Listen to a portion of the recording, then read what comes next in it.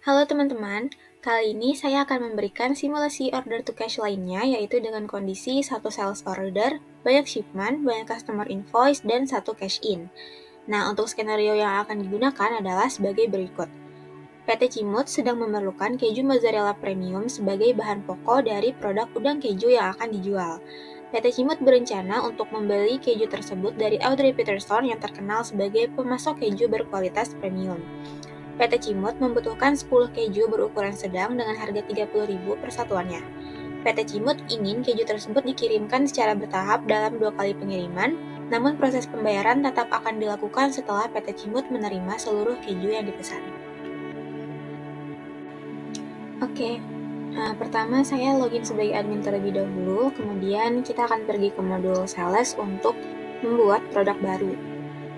Nah, karena di sini saya sudah membuat produknya, maka kita bisa melihat detail dari produk keju mozzarella ini. Nah, untuk produk type-nya itu adalah storable product, karena keju mozzarella tersebut akan disimpan dulu di gudang sebelum digunakan. Kemudian untuk sales price-nya 30.000, cost 15.000, produk kategorinya all, dan internal reference-nya adalah Moza. Nah, untuk invoicing policy-nya, pada video kali ini saya membuatnya menjadi delivered quantities. Kenapa saya buat menjadi delivered quantities? Sebelum itu mungkin teman-teman lebih sering bertemu dengan produk yang invoicing policy-nya by default adalah ordered quantities. Nah, ordered quantities sendiri itu adalah kondisi di mana invoice yang akan dibuat nantinya berdasarkan jumlah barang yang dipesan di dalam sales order. Nah, terlepas apakah barang tersebut sudah dikirimkan atau belum. Sedangkan delivered quantities di sini adalah suatu kondisi di mana invoice itu akan dibuat berdasarkan jumlah barang yang telah dikirimkan kepada pelanggan. Nah, makanya di sini saya menggunakan delivered quantities dengan type-nya storable product. Selanjutnya, di sini juga saya membuat 3 user baru. Seperti biasa, kita pergi ke settings, lalu pada bagian users and companies. Nah, di sini saya membuat user untuk VV Finance, Sasa Sales, dan juga Wawa Warehouse. Nah, nantinya ketiga user tersebut akan diakses menggunakan berbagai browser berbeda, di mana admin di sini menggunakan Google Chrome, Sasa Sales akan menggunakan Google Chrome mode incognito, VP Finance akan menggunakan Mozilla mode private network, dan Wawa Warehouse akan menggunakan Microsoft Edge. Nah, kemudian untuk sifat dari masing-masing user ini adalah Sasa Sales berperan sebagai administrator sales, kemudian untuk VP Finance berperan sebagai administrator inventory, dan Wawa Warehouse berperan sebagai billing administrator invoicing. Selanjutnya di sini saya login sebagai Sasa Sales, kemudian mengakses modul sales untuk membuat quotations baru. Nah, di sini kita klik new. Kemudian untuk customer-nya seperti yang ada di skenario adalah Audrey Peterson. Kemudian untuk payment terms-nya adalah immediate payment. Lalu untuk produknya sendiri adalah keju mozzarella tadi.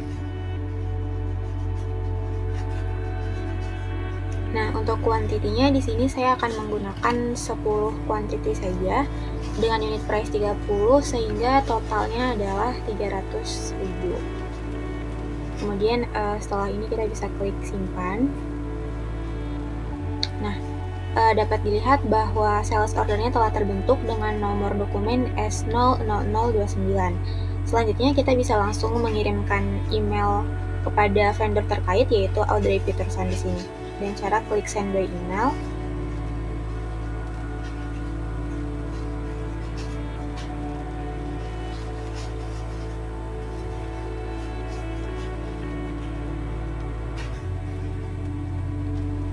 Oke, kemudian kita juga bisa melakukan customize terhadap isi dari emailnya. Namun di sini karena saya tidak ingin mengcustomize, saya akan langsung klik send.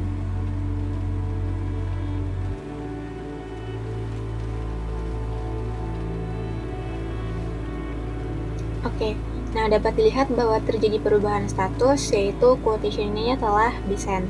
Nah, setelah itu kita bisa langsung klik confirm untuk mengkonfirmasi quotation yang telah dibuat.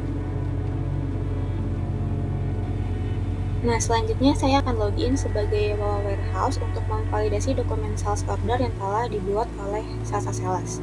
Nah, kita bisa membuka modul inventory, kemudian memilih delivery orders. Lalu kita pilih dokumen yang sesuai. Kita lihat dari source dokumennya tadi adalah S00029. Nah, ada di sini, kemudian kita klik saja. Nah, kemudian di sini kita bisa lihat bahwa produknya sudah available ya teman-teman. Jadi kita bisa langsung memproses delivery order tersebut. Nah, di sini karena saya akan melakukan 2 kali pengiriman, maka saya akan mengubah kuantitinya dari 10 menjadi 5 saja. Nah, seperti ini. Kemudian setelah seperti ini, kita bisa langsung klik validate. Nah, akan muncul notifikasi seperti ini, apakah kita akan membuat back order atau tidak. Nah, di sini karena saya akan memproses pengiriman selanjutnya untuk memproses sisa produk yang ada, maka saya akan membuat create back order. Namun jika teman-teman tidak ingin memproses sisa produk yang belum dikirimkan, maka teman-teman bisa memilih untuk no back order. Nah, karena saya di sini akan memproses sisa produknya, maka saya akan klik create back order. Oke, dapat dilihat bahwa terjadi perubahan status. The back order has been created dan statusnya adalah done dengan quantity 5 dan demand adalah 5. Nah, sekarang kita coba refresh halaman dari sales order yang telah dibuat sebelumnya.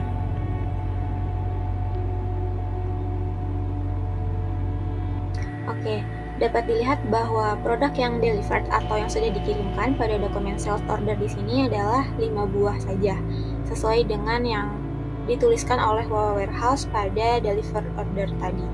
Kemudian selanjutnya di sini sebagai Sasa Sales kita bisa langsung untuk membuat invoice dengan cara klik create invoice. Nah, kemudian pilih regular invoice. Oke, nah sekarang draft invoice untuk pengiriman pertama sudah berhasil dibuat dengan kuantitas 5 dan totalnya adalah 150.000.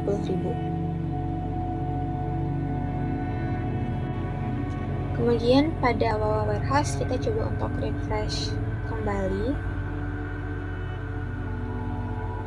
Nah, lalu kita masuk ke modul inventory, lalu ke bagian delivery orders, dan lihat dokumen yang sama yaitu S00029. Namun di sini kan ada 2 status ya teman-teman, ada yang sudah done dan ready. Nah, kita klik yang ready. Nah, oke. Seperti sebelumnya, dapat dilihat bahwa produknya berstatus available. Kemudian untuk demand dan quantity-nya sudah sesuai yaitu 5.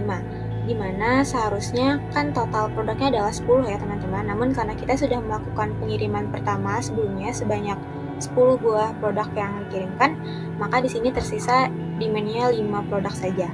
Nah, karena sudah sesuai, maka di sini bisa langsung klik validate. Oke, sekarang draft delivery orders-nya telah terbentuk ya teman-teman. Oke, berikut adalah tampilan dari dokumen sales order setelah dilakukan refresh kembali. Nah, dapat dilihat bahwa total produk yang delivered dan quantity sudah sama ya teman-teman, sudah sesuai yaitu 10. Kemudian untuk totalnya juga sudah persis dengan kuantitasnya yaitu 300.000. Nah, oleh karena itu di sini saya bisa langsung create invoice kembali.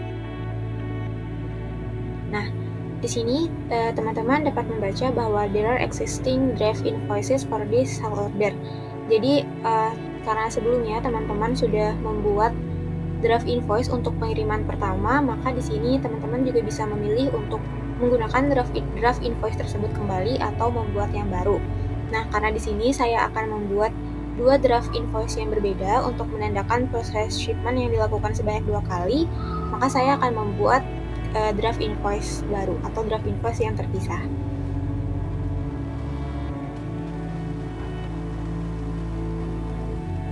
Oke, berikut adalah draft invoice untuk pengiriman kedua yang terbentuk. Selanjutnya, sekarang saya akan mencoba untuk login sebagai PB Finance untuk memproses draft invoice yang telah dibuat. Nah, dapat dilihat bahwa di sini terdapat dua draft invoice baru yang masing-masing draft invoice-nya bernilai 150.000. Nah, sebelum kita melakukan register payment, terlebih dahulu kita harus post draft ini ke dalam journal entries dengan cara klik actions, lalu klik post entries, kemudian klik post journal entries. Nah, sekarang setelah di-post ke dalam journal entries, kita bisa langsung melakukan proses pembayaran terhadap kedua invoice tersebut.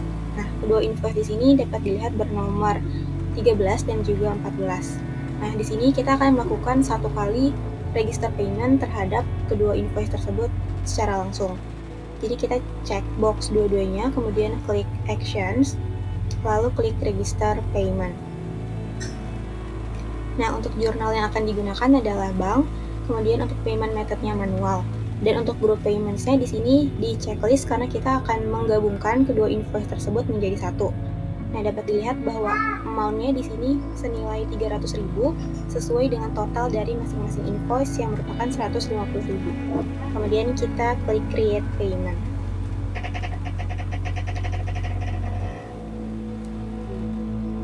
Nah, sekarang setelah proses create payment selesai, dapat dilihat bahwa pada log di bawah payments-nya telah berstatus created.